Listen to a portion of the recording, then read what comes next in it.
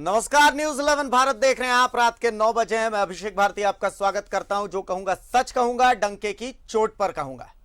आज डंके की चोट पर में हम बात करेंगे झारखंड के स्वास्थ्य व्यवस्था की। आज बात ऐसे मुद्दे पर होगी जो मुद्दा सीधे आपसे जुड़ा हुआ है। यह मुद्दा बहुत महत्वपूर्ण है। क्यों महत्वपूर्ण है वो हम समझेंगे। बस बने रहें डंके की चोट पर न्यूज 11 भारत के साथ।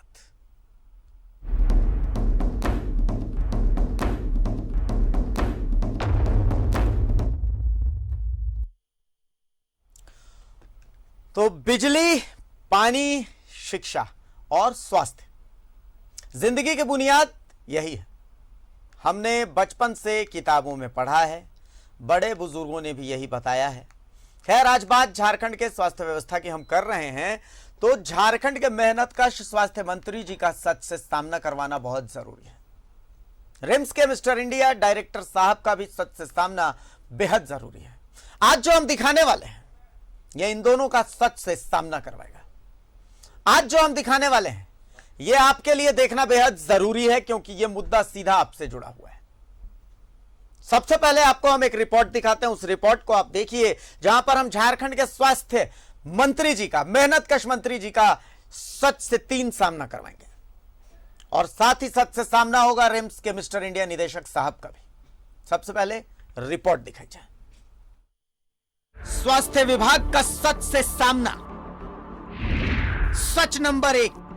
सदर अस्पताल में पिछले 7 सालों से काम कर रहे थे। इनके चेहरे को देखकर इनकी मायूसी समझा जा सकता है, लेकिन अफसोस होता है, दुख होता है सूबे के स्वास्थ्य मंत्री बन्ना गुप्ता की कार्यशैली पर कि पिछले कई महीनों से ये लोग गुहार लगा रहे हैं। बन्ना गुप्ता, हम लोग के न्याय दीजिए। इस कोरोना काल में हम कहाँ जाएंगे, 2 गो बाल बच्चा लेके। इस स्थिति में एकदम विधवा लाचार औरत हम लोग हैं, मजबूर हैं, गरीब हैं, दुखिया हैं। कहाँ जाए हम लोग, लाचार हैं, खैला दुखे। एक सांस चावल बेच बेच के आ रहे हैं, बर्तन बेच के आ रहे हैं, अपना काम मांगने के लिए। हम लोग जितना पैसा मिलता है उतने ही हम लोग खुश हैं, मगर हम लोग के न्याय दीजिए। वक्त नहीं है। हमारी दाएं बाईं तरफ हमारे सहयोगी दिखाएंगे बन्ना गुप्ता का सरकारी आवास। ये लोग यहाँ पर पिछले कई घंटे से मौजूद हैं, लेकिन एक ही गुहार की बन्ना गुप्ता न्याय दे। और ये रोते बोलते बोलते महिलाएं रो पड़ती हैं। 6000 की नौकरी थी इनके हाथ में, लेकिन वो भी गवा दिया। और पिछली बार जब बन्ना गुप्ता से इन लोगों की मुलाकात हुई थी तो उन्होंने कहा था कि उनके सेक्रेटरी यानी कि तब के स्वास्थ्य सचिव नितिन मदन कुलकर्णी उनकी बात नहीं सुनते हैं।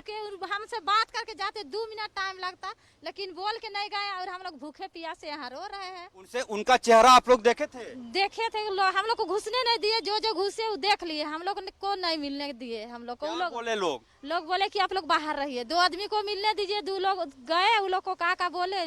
क्या कहना चाहेंगे दीदी, आपकी बेटी है, क्या हो गया इनको? इसका जो यहाँ 9 बजे पहुँचे, सुबह आई, यहाँ बिना खाले न पीले आई है, और यहाँ जैसे रो रही हैं। तो मेरा बच्ची का तबीयत खराब हो गया। अभी हम कैसे करेंगे? अभी चलने के लिए बोल रही कि कमर दर्द दे रहा है मम्मी, हम कैसे जाएंगे? हम ये 155 स्वास्थ्य कर्मियों का परिवार है जिनको रांची जिले में संविदा पर रखा गया। इन्हें रघुवर सरकार में हटाया गया। तब आज जो सत्तानशी हैं उन्होंने माना था कि इनकी बहाली फिर से होनी चाहिए। आज भी राज्य के मेहनतकश स्वास्थ्य मंत्री मानते हैं कि इनकी बहाली होनी चाहिए, पर फिर कहते हैं कि उनके पास इसका जवाब भी नहीं है। अब हुजूर, आप बहाली नहीं करवा सकते तो कौन करवा सकता है, ये बताइए। गणंस बात है, इस पर मेरे पास कोई जवाब नहीं है। और मैं तो हमेशा सोशल जस्टिस का हिमायती था, हिमायती हूँ और हिमायती रहूँगा। और सोशल जस्टिस में अंतिम पायदान पे खड़ा व्यक्ति ही हमारा जो है सब कुछ होता है। इसलिए कभी हम किसी को निकालने में विश्वास नहीं करते हैं, हम किसी का नुकसान करने में विश्वास नहीं करते हैं। हम विश्वास करते हैं कि किसी के बचाव के लिए, किसी की सुरक्षा के लिए और किसी की सहायता के लिए। और ये मेरा धर्म बोलता है, ना मेरा मन बोलता है कि कभी किसी का रोटी कभी नहीं छीनना चाहिए। इसलिए मैं हमेशा सपोर्टर था। नहीं, हम लोग करेंगे, क्यों नहीं, हम तो उस पर विचार कर रहे हैं, करेंगे, हम तो बात करेंगे। लेकिन जो लोग ने निकाला है वो, ये सब मामला मेरे समय का नहीं है, ये पूर्व का मामला सब है। लेकिन जो भी निकाला भी है तो भाई आज के दिन में हमको स्वास्थ्य विभाग में मैन पावर की आवश्यकता है और हमको डॉक्टरों की आवश्यकता है, हाउस कीपिंग के लोगों की आवश्यकता है, पैरामेडिकल के लोगों की आवश्यकता है। तो हम लोग कभी किसी का नुकसान करने वाले नहीं हैं। हम लोगों को लोग गाली भी देंगे, अपमानित भी करेंगे, तो भी हम पॉजिटिव बात करेंगे। सच नंबर 2, जिलों में कुछ कुछ सेंटर्स ऐसे हैं जहां पर वैक्सीनेशन किसी तरह चलाया जा रहा है। उसी में से एक सेंटर पर हम मौजूद हैं, रांची के बंदोबस्त कार्यालय में, और ये वो खुशनसीब लोग हैं जो अपना अपना स्लॉट बुक करा चुके थे और यहीं उनको ये आज का नंबर मिला था। तो आप देख सकते हैं कि ये लोग आए हैं यहाँ पर। क्या आप स्लॉट बुक कराया है अपना? मैंने कल रात को 9 बजे कराया था अपना स्लॉट बुक। आपको मिला या? अभी तक तो बस लाइन लगाए हैं, जैसे यहाँ पे फिक्स हो जाएगा उसके बाद ले लूँगा। तो रात में ही आपको पता चला कि वैक्सीनेशन खत्म हो गया है, वैक्सीन खत्म हो गया है, कि आपको मालूम नहीं था? 1 मिनट के लिए आया और उसके बाद 1 मिनट बाद फिर बंद भी हो गया। अच्छा, स्लॉट बंद हो गया। हाँ। क्या लिया है? सर मैं कोविशील्ड लिया हूँ अच्छा। और आज 84 दिन हो गया पूरे का, और 2-3 वैक्सीनेशन सेंटर भी घूम लिया हूँ लेकिन नहीं मिला कहीं। और आज नहीं मिला तो फिर तो 2 तारीख तक। वही तो सोच रहा हूँ कि क्या कैसे क्या होगा। 30 तारीख का मैसेज पर मैसेज बराबर आ रहा है मेरा मोबाइल में। कहाँ जाऊँ मैं, क्या कैसे क्या करूँ? बोलता है कि वैक्सीन लीजिए, फिर कैसे लें ऐसे में? अच्छा, वैक्सीन लेने कहा जाता है लेकिन वैक्सीन के सेंटर पर इतनी भीड़ है। आप कितना दिन से इंतजार कर रही हैं? 3 महीना से। 3 महीना से? मार्च में, अप्रैल से शुरू किए हैं। आपका पहला डोज है कि सेकंड? पहला। राज्य में वैक्सीन खत्म है तो केंद्र के भरोसे बैठने के अलावे माननीय स्वास्थ्य मंत्री जी ने क्या किया, इसका जवाब भी सुन लीजिए। को एडवांस प्लानिंग के लिए बोला जाता है, हम एडवांस प्लानिंग भेजते हैं। हमको बोला जाता है कि आप ज़्यादा सेंटर बनाइए, ज़्यादा सेंटर बनाते हैं। लेकिन चूंकि हमारा राज्य तो मैन्युफैक्चरिंग करता नहीं है, हम तो केंद्र पर टिके हुए हैं और केंद्र सरकार जैसे जैसे उपलब्ध कराएगी। अब ये तो सब जानता है कि केंद्र सरकार सौतेला व्यवहार कर रही है, लेकिन मैं आपके भी माध्यम से ज़रूर कहूँगा कि जितने हमारे सांसद हैं भारतीय जनता पार्टी के, जो झारखंड के लोग हैं, हमारे अपने लोग हैं, उनसे हम प्रार्थना करेंगे कि वो भी कम से कम जाकर झारखंड के लोगों के लिए प्रधानमंत्री जी से निवेदन करें कि प्रधानमंत्री जी कम से कम झारखंड के लोगों को इस कोरोना के तीसरे वेव से बचाने के लिए वैक्सीन थोड़ा ज़्यादा मात्रा में उपलब्ध कराइए। सच नंबर 3, ये तस्वीर गिरिडीह के बोरो की रहने वाली उषा देवी की है।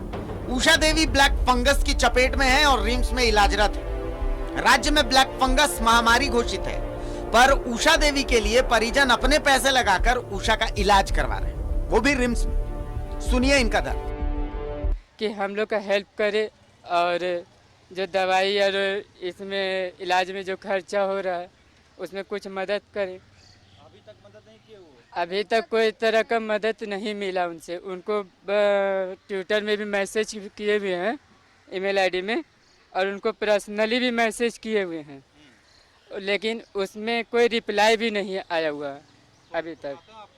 हैं? फ़ोन किए थे, लगभग 10-15 बार फ़ोन किए, रोज़ का हिसाब से करते, लेकिन एक बार भी उठाते नहीं हैं। नहीं, घंटी जाता है, नहीं उठाते। नहीं, अभी तक कोई रिप्लाई नहीं आया। हालत थोड़ा सा गंभीर है। जब मरीज का हालत गंभीर है, ये हॉस्पिटल में ही ना इलाज होगा। अब प्राइवेट हॉस्पिटल में जाने की हमारी हैसियत नहीं है, उतना पैसा हमारे पास नहीं है। हम बहुत गरीब और साधारण परिवार से हैं। नहीं, वंदना गुप्ता से कोई नहीं, वंदना गुप्ता से कोई मदद नहीं मिला। उनको फ़ोन भी किए थे 5-6 बार, लेकिन फ़ोन रिसीव ही नहीं किए। हाँ, फ़ोन किए थे, 5-6 बार लगाए थे, लेकिन उन्होंने फ़ोन कभी रिसीव नहीं किया। क्या कहना चाह रहे हैं उनसे? उनसे हम हाथ जोड़कर विनती है कि मेरी मम्मी का ऑपरेशन जल्द से जल्द हो जाए, ताकि उनको इलाज अच्छा से हो जाए। वरना तो कोई मदद नहीं की है? नहीं, अभी तक तो कोई मदद नहीं किया। नहीं, अभी ये मुझे जानकारी नहीं है। आपको मैं बहुत धन्यवाद देता हूँ, न्यूज़ 11 को बहुत धन्यवाद देता हूँ कि वो बहुत मुखर होकर मरीजों की बात कर रहे हैं। मैं उस पर आज का आज संज्ञान लूँगा और जो भी उनको दिक्कतें हुई है या हो रही है उसको दूर कराने का प्रयास करूँगा। न्यूज 11 भारत के सवाल, इन 155 स्वास्थ्य कर्मियों को अब वापस रखने का जिम्मा किसका है? कब तक पिछली सरकार को कोस कोस कर टाइम पास होता रहेगा?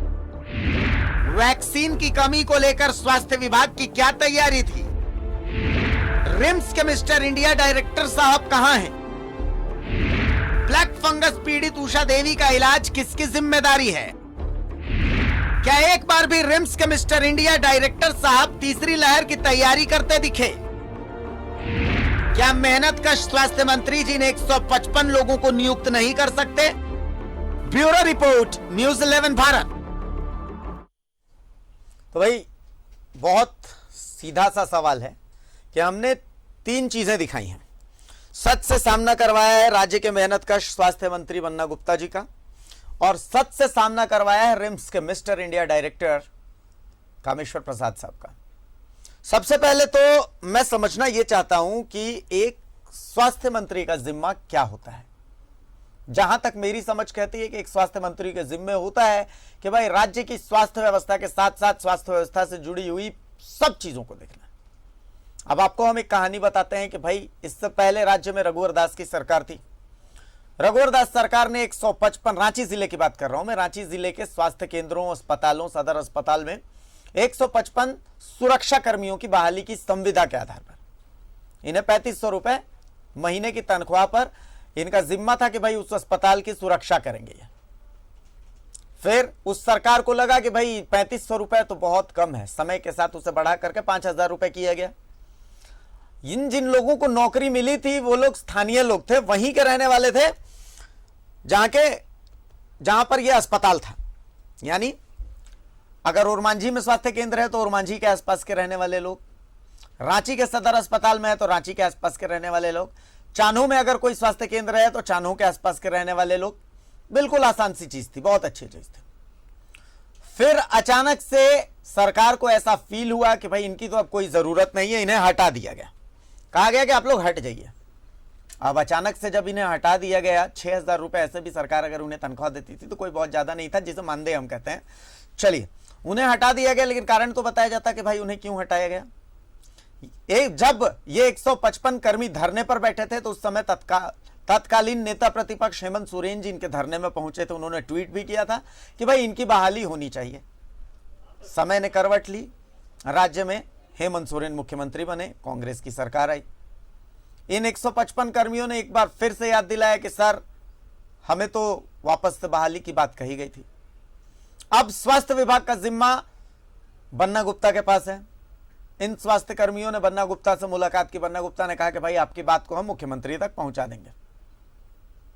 इसके बाद आज फिर बन्ना गुप्ता से मिलने के लिए 155 लोग पहुंचे। इनमें से कई तो अब शायद हमारे साथ हैं भी नहीं, दुनिया को अलविदा कह चुके हैं इंतजार करते करते। कईयों के बच्चे बड़े हो गए हैं, कईयों की शादी ब्याह भी हो चुका है।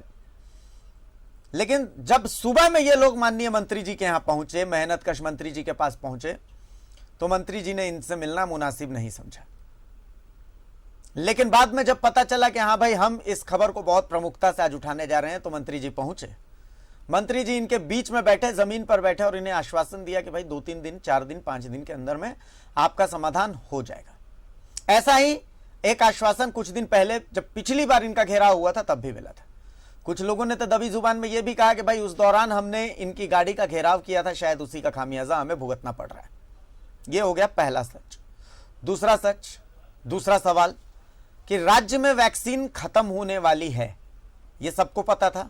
चलिए, केंद्र ने हमारे साथ सौतेला व्यवहार किया। मैं यहां डंके की चोट पर कहता हूं कि केंद्र ने हमारे साथ सौतेला व्यवहार किया। सवाल यह है कि हमारे स्वास्थ्य विभाग की क्या तैयारी थी। सवाल यह है कि वैक्सीन अगर खत्म हो गया है तो इसको लेकर के स्वास्थ्य विभाग ने अब तक क्या कुछ किया है। तीसरा सवाल, राज्य में ब्लैक फंगस को महामारी घोषित कर दिया गया। रिम्स में ब्लैक फंगस के इलाज के लिए बाकायदा एक अलग से वार्ड भी मुहैया कराया गया है, जहां पर एक महिला इलाजरत है पिछले 2 महीने से, उषा देवी। क्या रिम्स के माननीय मिस्टर इंडिया डायरेक्टर एक बार भी इस ब्लैक फंगस वार्ड में घूमने के लिए, निरीक्षण करने के लिए गए?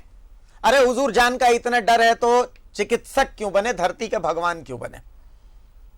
क्या एक बार भी आपने चलिए ऑनलाइन ही सही एक बार भी निरीक्षण किया, जाकर के वहां पर देखा कि भाई वहां पर मरीज भर्ती है, क्या है नतीजा देखिए कि ब्लैक फंगस की पीड़िता के बच्चे फरियाद लगा रहे हैं। अभी हम उनकी बात सुना रहे थे, वो कह रहे थे कि भाई हम तो स्वास्थ्य मंत्री जी को फोन भी करते हैं, कोई फोन भी नहीं उठाता हमारा। मेरे साथ एक ऐसे शख्स भी जुड़े हुए हैं जिन्होंने कोरोना काल में ट्विटर के माध्यम से जब स्वास्थ्य मंत्री जी से मदद मांगी थी तो एक बार, दो बार, तीसरी बार और चौथी बार के बाद उन्होंने इन्हें ब्लॉक भी कर दिया, जिनका नाम है धनबाद से ये समाज सेवी अंकित राजगढ़िया।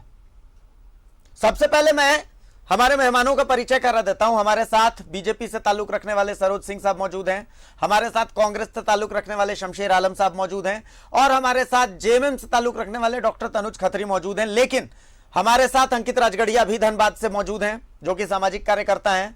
लेकिन सबसे पहले हमारे साथ वो 20, 25, 30, 35, 155 जो भी हैं वो परिवार के कुछ लोग मौजूद हैं, वो सुरक्षाकर्मी मौजूद हैं हमारे सहयोगी राजेश के साथ में। तो सबसे पहले मैं अपने सहयोगी राजेश के पास ही जाना चाहूंगा। राजेश जी, मैंने इसीलिए आपको इस बारे में कुछ नहीं बताया था कि भाई आपसे, आप जिस चीज का लाइव लेने जा रहे हैं, जिन लोगों से बातचीत करने जा रहे हैं उनके बारे में मैंने आपको कुछ भी नहीं बताया कि भाई इस मुद्दे पर आप जो हैं आज हमारे साथ जुड़ने वाले हैं। आपने कोई रिसर्च नहीं की, आपको इसके बारे में बिल्कुल भी जानकारी नहीं है।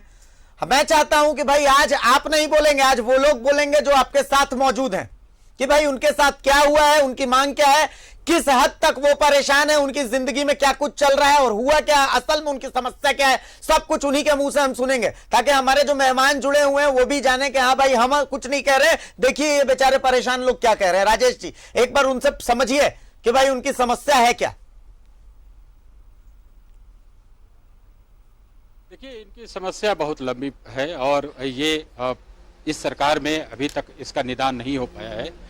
हम सीधे इन लोगों से बात करेंगे। अच्छा, ये बताइए आपकी नियुक्ति कब हुई थी? सन 2013 को।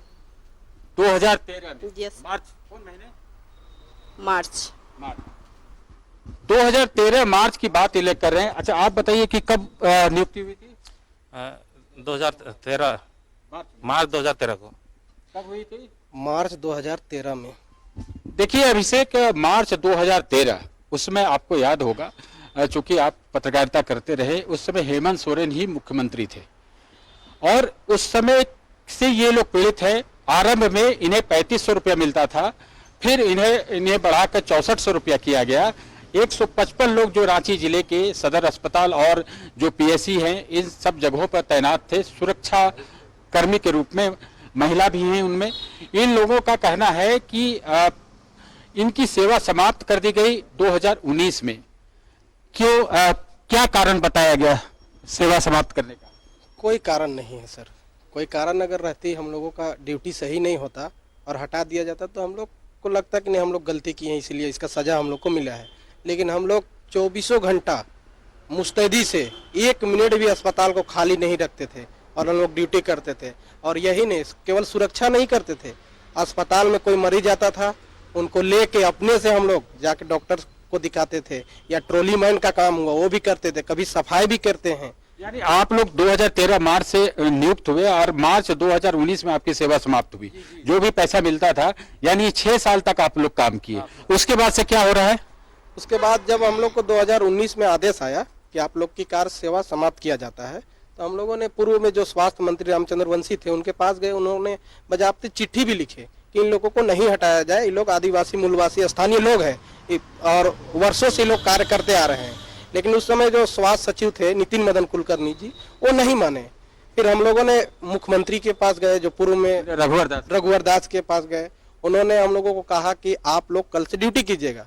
हम लोग खुशी खुशी घर लौटे।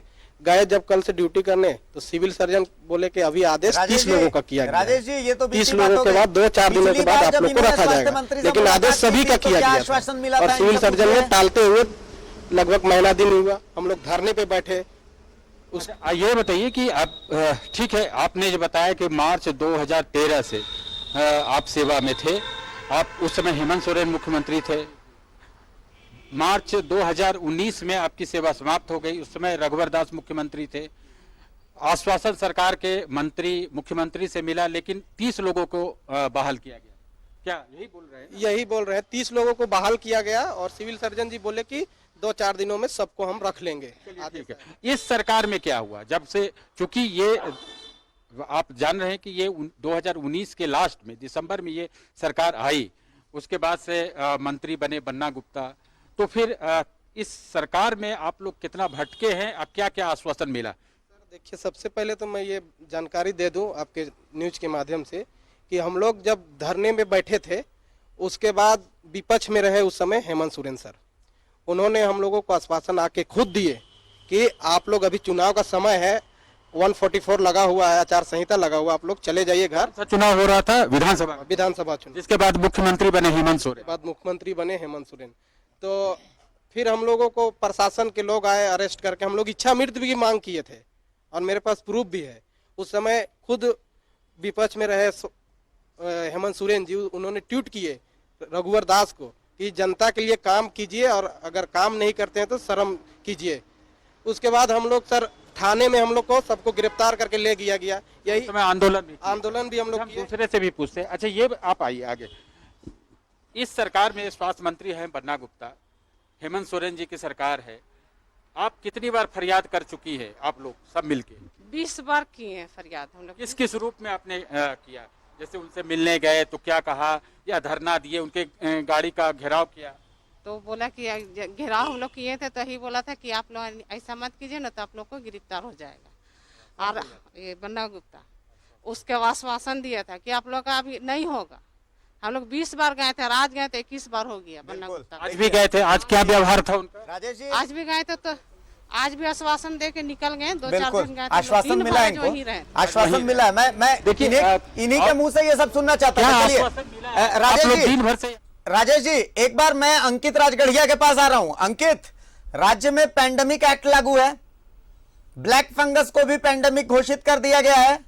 आप ही के थ्रू मुझे उषा देवी की खबर मिली कि भैया ऐसी बात है, देखिए रिम्स में ये मरीज हैं, 5-5 हजार रुपए, 7-7 हजार रुपए खर्च करके और ये अपना इलाज करवा रही हैं। और आप ही वो शख्स हैं जिनको कोरोना के काल में दूसरी लहर के दौरान में स्वास्थ्य मंत्री साहब ने ट्विटर पे ब्लॉक भी कर दिया था। आपसे बेहतर मुझे नहीं लगता कि अभी फिलहाल स्वास्थ्य व्यवस्था का हाल कोई बताएगा। अंकित,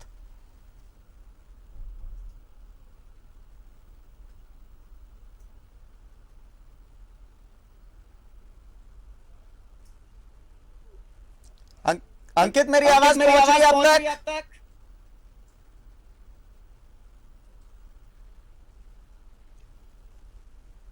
अंकित, आप ही वो शख्स हैं जिन्होंने मुझे बताया था कि उषा देवी जो रिम्स में है इलाजरत हैं।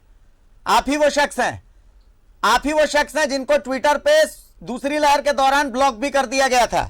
आपसे बेहतर तो कोई बता ही नहीं सकता। अंकित, क्या व्यवस्था, स्वास्थ्य व्यवस्था के बारे में क्या सच से सामना आपसे बेहतर कोई करवा ही नहीं सकता। अंकित राजगढ़िया बोले।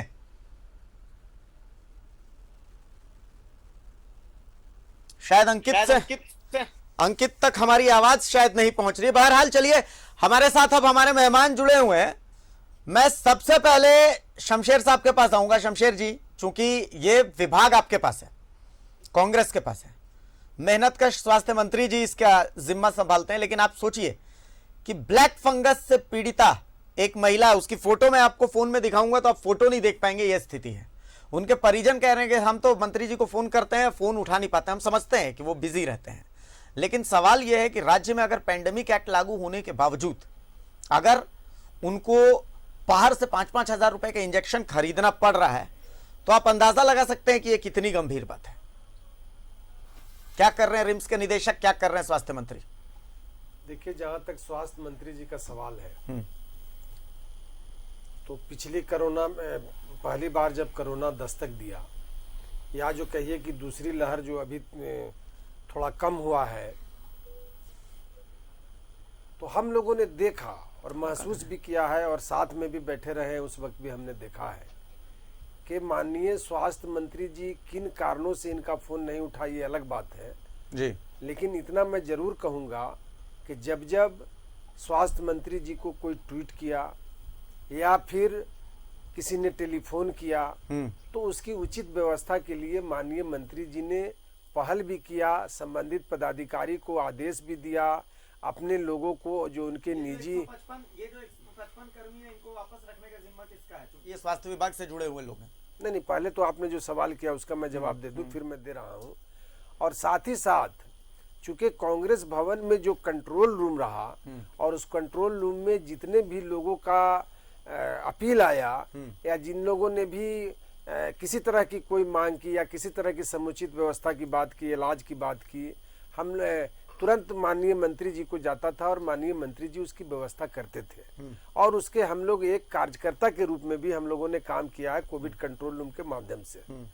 दूसरा सवाल है कि आपने कहा जो अभी राजेश जी दिखा रहे थे, तो एक चीज तो आप जानिए, ये एक स्वास्थ्य विभाग ही नहीं, अगर आप बहुत सारे विभागों को आप देखेंगे तो उसमें नौकरी को लेकर के विशेष करके जो रखे गए हैं जिनका परमानेंट नौकरी नहीं है, उसको लेके हमेशा आप देखिएगा कि लोग आंदोलित होते हैं। आंदोलन उनका उचित है, हम ये नहीं कहते कि उनका आंदोलन अनुचित है, लेकिन ये हमारे ही हुकूमत में नहीं, पिछली हुकूमत में भी, चाहे सहिया का सवाल हो, पारा शिक्षक का सवाल हो, ये हॉस्पिटल कर्मी का सवाल हो, पुलिस कर्मी का सवाल हो, होम गार्ड का सवाल हो, बराबर होते रहे हैं। तो निश्चित तौर पर जब माननीय मंत्री जी ने ये आश्वस्त किया है कि इसका कोई रास्ता निकालेंगे, तो सवाल है कि परमानेंट करने के लिए कोई न कोई रास्ता। परमानेंट मांग ही नहीं रही है, ये मांग रहे हैं कि जैसे हम थे बस वैसे ही कर दीजिए। नहीं, वैसे ही तो अब किस परिस्थिति में ये लोग हटाए गए हैं या किस परिस्थिति में इनको काम से वंचित किया गया है, तो वो सारे चीजों को माननीय मंत्री जी देख रहे होंगे। विभागीय पदाधिकारियों से सर 1.5 साल हो गए सरकार बने हुए सर, विभागीय शमशेर जी 1.5 साल हो गए सरकार। 1.5 साल का जहां तक सवाल आप करते हैं, तो 1.5 साल में आपने देखा होगा कि बहुत सारे 1.5 साल क्या, अभी तो लगातार हम लोग जो पिछले मार्च 2020 से लेकर के और अभी तक हम लोग सिर्फ हमारी सरकार का पूरा फोकस कोरोना को लेकर के ही चलिए लगा हुआ। फिलहाल हमारा इसका नतीजा है कि आज मैं आपके पास वापस आऊंगा, मैं आपके पास वापस आऊंगा। हम यहाँ पर एक छोटे से ब्रेक के लिए रुकेंगे। राजेश, आपका बहुत शुक्रिया कि आप हमारे साथ जुड़े। एक छोटे से ब्रेक के लिए यहाँ पर रुकेंगे, पर ब्रेक के बाद हम आपको फिर से इस मुद्दे पर जानकारी दिखाते रहेंगे। एक छोटा सा ब्रेक लेते हैं।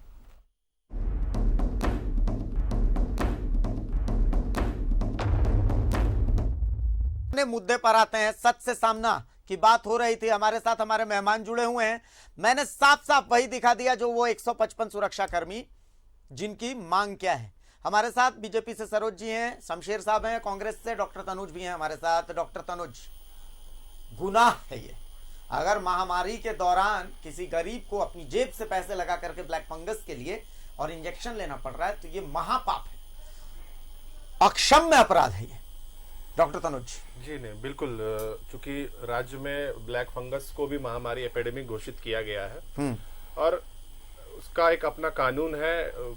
2020 में संभवतः इसमें संशोधन भी हुआ था। और जब किसी भी बीमारी को एपिडेमिक और पैंडेमिक घोषित किया जाता है तो फिर वो एक अलग दायरे में आ जाता है।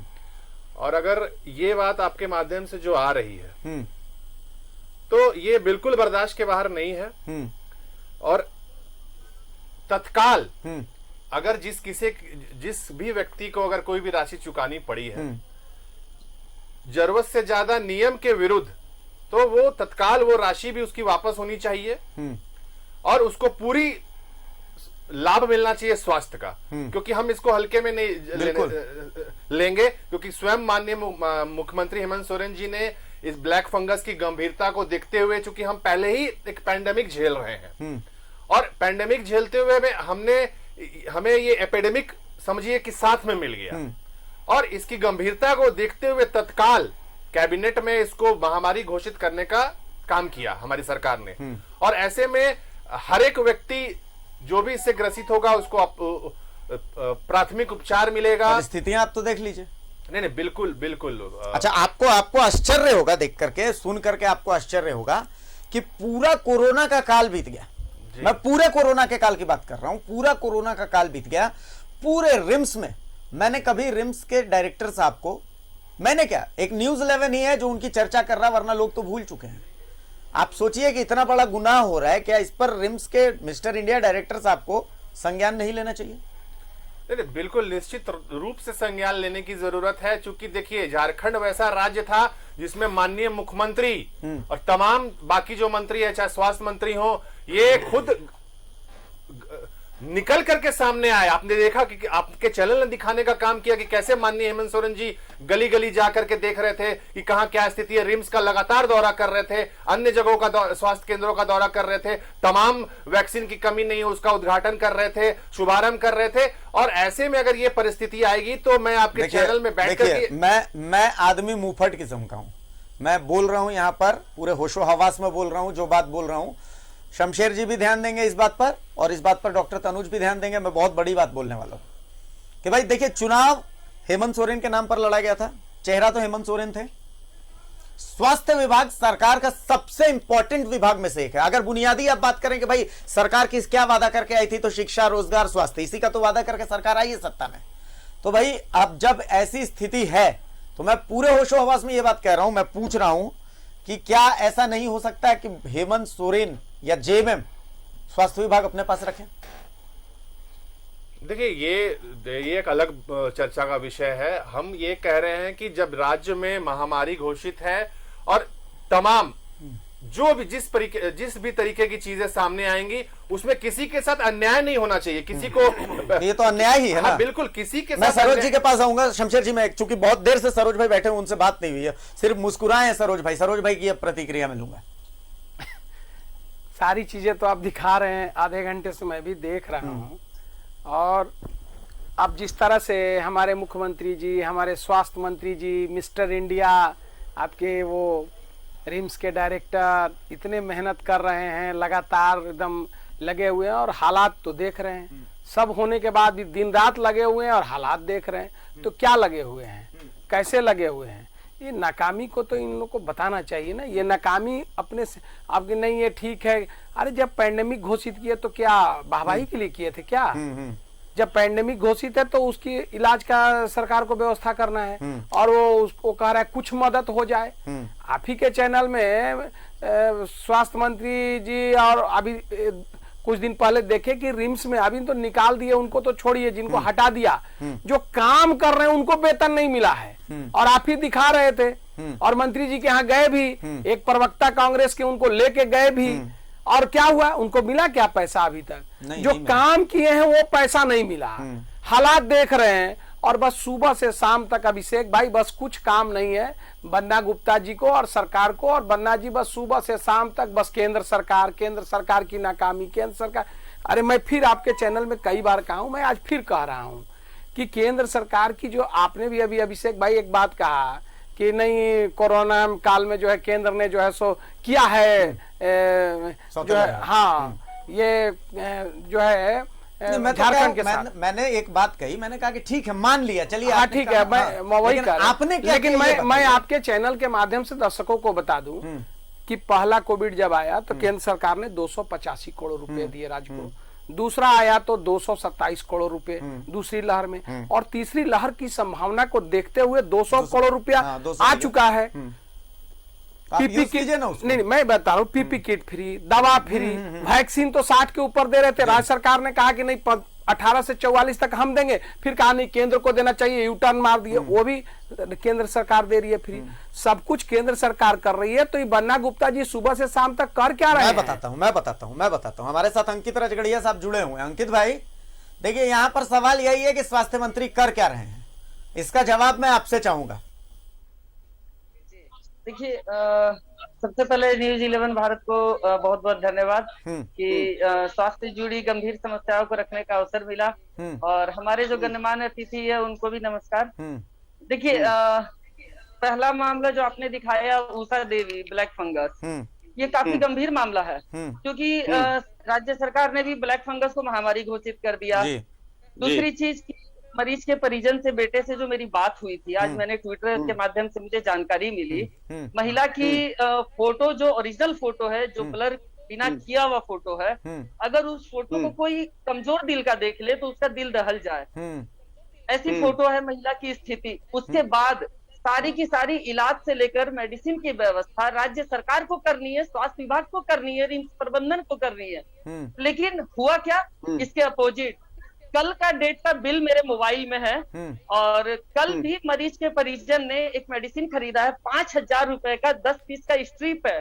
तो सवाल ये उठता है कि जब राज्य सरकार ने इसे महामारी घोषित कर दिया तो उसके बाद ये मेडिसिन मरीज के परिजन से कैसे मंगवाया जा रहा है? बिल्कुल। क्या रिम्स प्रबंधन इसमें कोई, क्या स्वास्थ्य मंत्री जी के नजर में ये मामला है या नहीं है? क्या मुख्यमंत्री जी इस मामले से अवगत हैं या नहीं है? इससे पहले भी ब्लैक फंगस को लेकर कई मरीजों को रिम्स ने ये बोल के एडमिट नहीं लिया कि हमारे पास ईएनटी के डॉक्टर नहीं है, और उसका इलाज रांची के ही एक प्राइवेट अस्पताल में मैंने भर्ती करवा के किया, और उस महिला मेरे घर के बगल की रहने वाली है। वो मरीज के परिजन जो है वो उन्होंने बताया उसका आंख निकालना पड़ा मरीज का बकायदा। तो सवाल ये है कि राज्य के सबसे बड़े मेडिकल कॉलेज में ऐसा हो रहा है और स्वास्थ्य मंत्री इससे अनजान हो, ये तो ताज्जुब वाली बात है।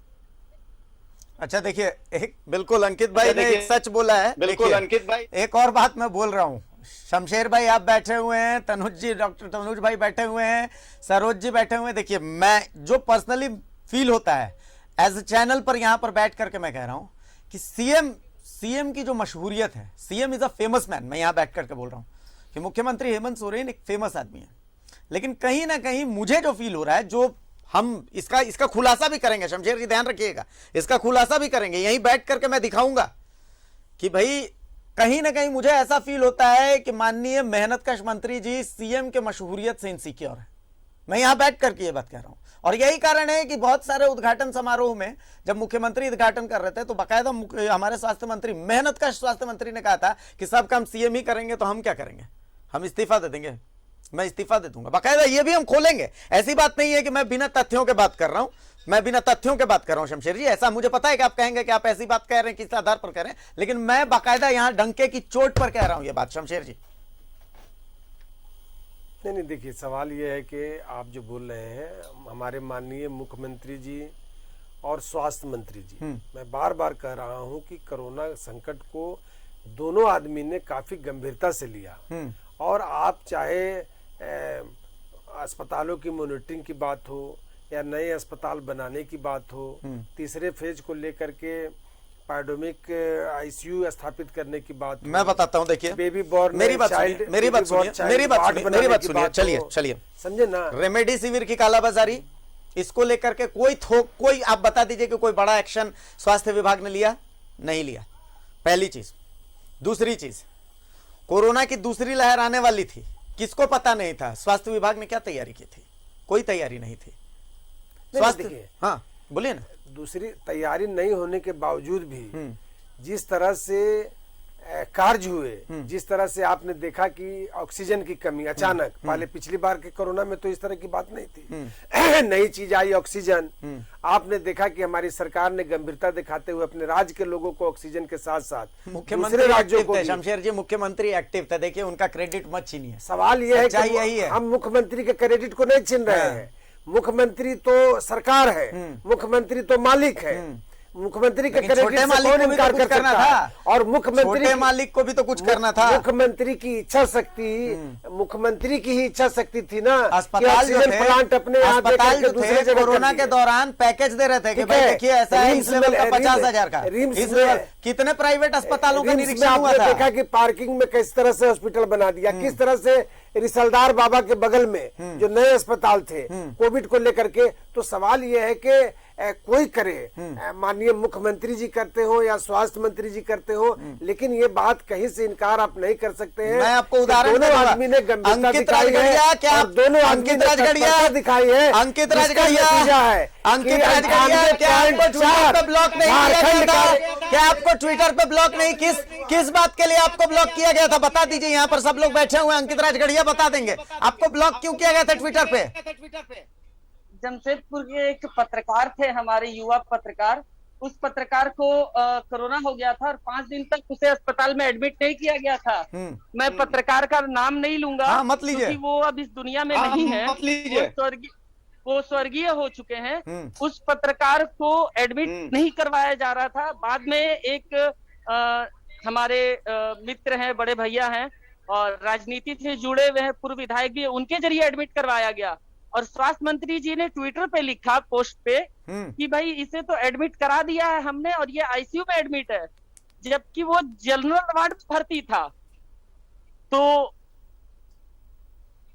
सुन लीजिए, सुन लीजिए, लेकिन ये भी तो दिखाइए कि 99% लोगों का जब फोन आया, माननीय मंत्री जी को ट्विटर आया, माननीय मंत्री जी को या किसी को भी आया, तो वो कैसे व्यवस्था किए? मुख्यमंत्री थे तो स्वास्थ्य विभाग चल गया, हो सकता है, मुझे बोलने में कोई गुरेज नहीं है, हो सकता है तो स्वास्थ्य विभाग चल गया, वरना भट्टा बैठ जाता स्वास्थ्य क्या विभाग होता का। नहीं होता वो भविष्य के गर्भ में है। लेकिन ये बात जरूर जान लीजिए कि अगर 90% लोगों को ट्विटर पर अगर समस्या का समाधान मिला है, 90% लोगों को अगर ये 1-8% हो सकता है, मैं ये नहीं कह रहा हूँ कि जी झूठ बोल रहे हैं, लेकिन इसकी भी सराहना होना चाहिए। जो पार्किंग घोटाला है ना, पार्किंग घोटाला जो हुआ है उसका भी फोन पर आने के बाद यहीं बैठ के अभिषेक भारती खोलेगा और डंके की चोट पर खोलेगा। इंतजार कीजिए उसके लिए भी, इंतजार कीजिए। सरोज जी, सारी बातें आप सुन रहे हैं। देखिए, सामाजिक कार्यकर्ता ये बोल रहा है कि भाई मुझे ब्लॉक कर दिया चूंकि मैंने एक पत्रकार के लिए मदद मांगी। अब क्या हुआ है नहीं हुआ इसमें मैं नहीं जाना चाहता, लेकिन मैं इतना जरूर कहूंगा कि एक उदाहरण अगर ऐसा पेश है तो 99 उदाहरण इधर भी है कि जिसकी मदद की गई है। जो अभी चल रहा है ना रिम्स में, जो अभी चल रहा है रिम्स में, जो जिस तरीके से ब्लैक फंगस के मरीज से अभी कल 5000 की दवाई आई है, मैं तो कह रहा हूं ना कि ये गुनाह नहीं है, ये पाप, महापाप है, अक्षम्य अपराध है। रिम्स के जो डायरेक्टर है, रिम्स के जो पदाधिकारी है, मैं रिम्स के डायरेक्टर पर तो FIR होनी चाहिए। मैं तो कहता हूं कि FIR, पद्मश्री वापस ले लीजिए, इनसे वापस ले लेना चाहिए। किए गए पदाधिकारियों के किए गए कार्यों को माननीय मंत्री जी के कार्यों से अगर तुलना करते हैं तो ये उचित नहीं हो। तो शमशेर जी, कोरोना काल के लिए आप पीठ ठोक रहे हैं, तो क्या आप बता रहे हैं रिम्स के लिए? तो रिम्स में बहुत सुधार आया है पहले से, तो उसके लिए 2 साल पहले उसके लिए आप पीठ ठोकेंगे स्वास्थ्य मंत्री जी की, लेकिन रिम्स में गड़बड़ी हुई है तो उसके लिए आप कहेंगे कि पदाधिकारियों की गलती है। सरोज जी,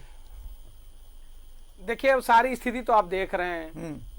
मैं पहले से भी कहा कि सारी स्थिति अब सामने आप दिखा ही रहे हैं कि क्या हाल है स्वास्थ्य विभाग का। पार्टी का नेता और सरोज जी तो खुद नहीं निकलते हैं करोला में, ये क्या करोला पर बताएं? स्वास्थ्य मंत्री नहीं ना है, जनता पार्टी को बोला गया कि मत निकलिए, भारतीय जनता पार्टी को कहा गया कि मत निकलिए, भारतीय जनता पार्टी को प्रधानमंत्री कहते हैं कि मत निकलिए, घर में रहिए, सुरक्षित रहिए, तो मान रहे हैं वो स्वास्थ्य मंत्री थोड़ी, स्वास्थ्य विभाग दे दीजिए। चैनल में हम लोग की भी पार्टी पूरा झारखंड घूमेंगे, सरोज जी को स्वास्थ्य विभाग दे दीजिए, फिर देखिए क्या सरोज जी, ये आप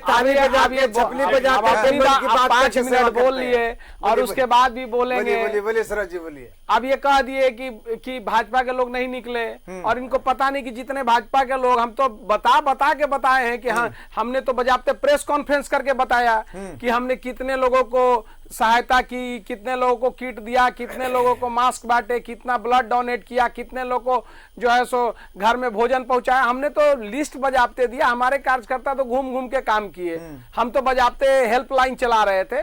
ठीक है, और भी पार्टी के लोग किए होंगे, उनको भी स्वागत है, लेकिन आप ऐसे ही चैनल में झूठ मूठ का आकर नहीं बोल सकते कि लोग घर में बैठे हुए थे। सरोज जी घर में बैठे हुए थे, देखिए ताला लगा। देखिए मुद्दा तो ये है, अब सवाल ये है, अब देखिए अब जो हालात है, अब उस हालात से डाइवर्ट करने में लगे हुए हैं। बस सुबह शाम मंत्री जी बस निकलेंगे और कहेंगे केंद्र जो है सौतेला व्यवहार कर रहा है। महाराष्ट्र में सबसे ज्यादा वैक्सीन भेजा गया, किनका राज है? इन्हीं का ना, देश में सबसे ज्यादा वैक्सीन वहां गया। उड़ीसा के मुख्यमंत्री जी के आग्रह पर प्रधानमंत्री जी ने रात में एयरफोर्स दिया कोई कृपा किया क्या? नहीं, प्रधानमंत्री दिया, बीच में प्रधानमंत्री इतना लाख दिया, उतना करोड़ दिया, कुछ कहना चाहते रात में हवाई जहाज दया किया, तो आप एहसान कर रहे हैं, दया किया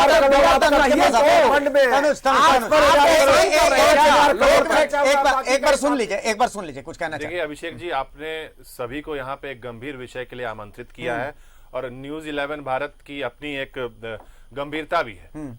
तो मैं सरोज जी को यह कहना चाहता हूं कि ये जो बार बार बोल देते हैं कि 200 करोड़ दिया, एहसान किया है क्या? एहसान किया है क्या भारतीय जनता पार्टी ने देकर के? 65,000 करोड़ रुपए आप दबा के रखे हुए हैं झारखंड का। वैक्सीन खत्म हो जा रही है और आप टीवी पर आकर के गंभीर विषय पे खिकी कर रहे हैं। हंसने का विषय है ये। अगर कोई ब्लैक फंगस की किसी की तस्वीर नहीं देखी जा रही है तो वो हंसने का विषय है, खिकी करने का विषय है चैनल पर। ये मुद्दा पक्ष और विपक्ष का से ऊपर उठ करके होना चाहिए। झारखंड ने वो तस्वीर देखी है रघुवर दास के कार्यकाल में कि रिम्स में चावल और दाल को जमीन पर परोस के खिलाया जाता था। इसी झारखंड ने वो तस्वीर देखी है भारतीय जनता पार्टी के शासन में।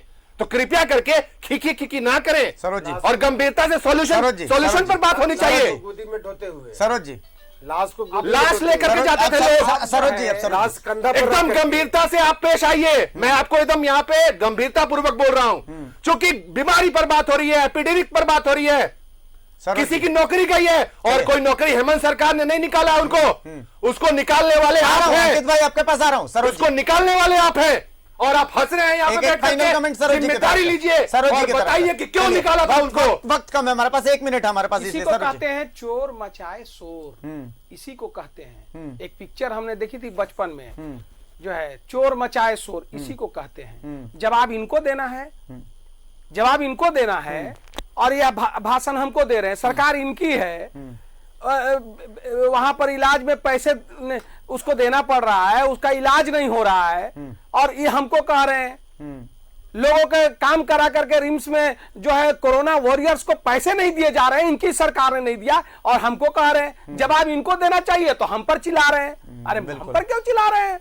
आप करिए ना ठीक इसको। आप यहाँ बैठे हुए चिल्ला रहे हैं। अंकित भाई फाइनल कमेंट आपसे चाहूंगा। हमारे पास 30 सेकंड है। अंकित भाई, अंकित राजगढ़िया फाइनल कमेंट आपसे चाहूंगा। अंकित राजगढ़िया, अंकित राजगढ़िया, अंकित राजगढ़िया फाइनल कमेंट आपसे चाहूंगा।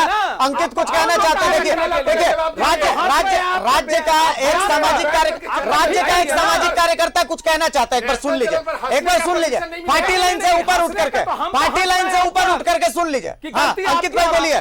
पार्टी लाइन से ऊपर उठ करके सुन लीजिए एक बार। अंकित भाई कुछ बोल रहे हैं, अंकित भाई बोलिए।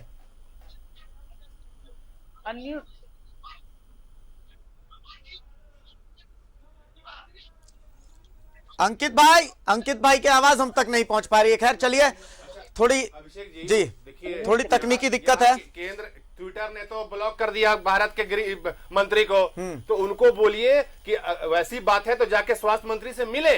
ये सब छोटी बातें नहीं करने की जरूरत है। ठीक है, थोड़ा समय अभाव है। चलिए, बहुत शुक्रिया। मैं शमशेर जी से रिक्वेस्ट करूंगा, देखिए ये मामला आपके संज्ञान में आया है कि रिम्स में पैसे लिए जा रहे हैं। डॉक्टर तनुज, आपके भी संज्ञान में आया है, आपसे जो हो सकता है कम से कम वो करिए। नहीं, बिल्कुल करेंगे। ऐसा इस पर माननीय मंत्री जी, माननीय मुख्यमंत्री जी से बात करके चिल्ला करके आरोप लगाएंगे, ये थोड़ी करेंगे। चलिए, तो कुल मिलाकर के ये आप लोगों के संज्ञान में अब आ चुका है। मैं उम्मीद करता हूं कि हमारे माननीय मेहनत का स्वास्थ्य मंत्री जी के संज्ञान में आ चुका है। कल ही उन लोगों तक मदद पहुंचे, कल ही इन 155 परिवारों के साथ माननीय मेहनत कश मंत्री जी बैठे, बातचीत करें और उनसे समझें कि भाई उनकी समस्या क्या है, क्या उनका समाधान संभव है या नहीं है, हाँ या ना, जो भी हो इनका उपाय करें। मुख्यमंत्री जी भी बैठे हैं, वो भी ध्यान दें। चलिए, तो डंके की चोट पर पे ऐसे मुद्दों को हम छूने की लगातार कोशिश करते हैं जो मुद्दे आपसे जुड़े हुए हैं। फिलहाल मुझे इजाजत दीजिए, नमस्कार।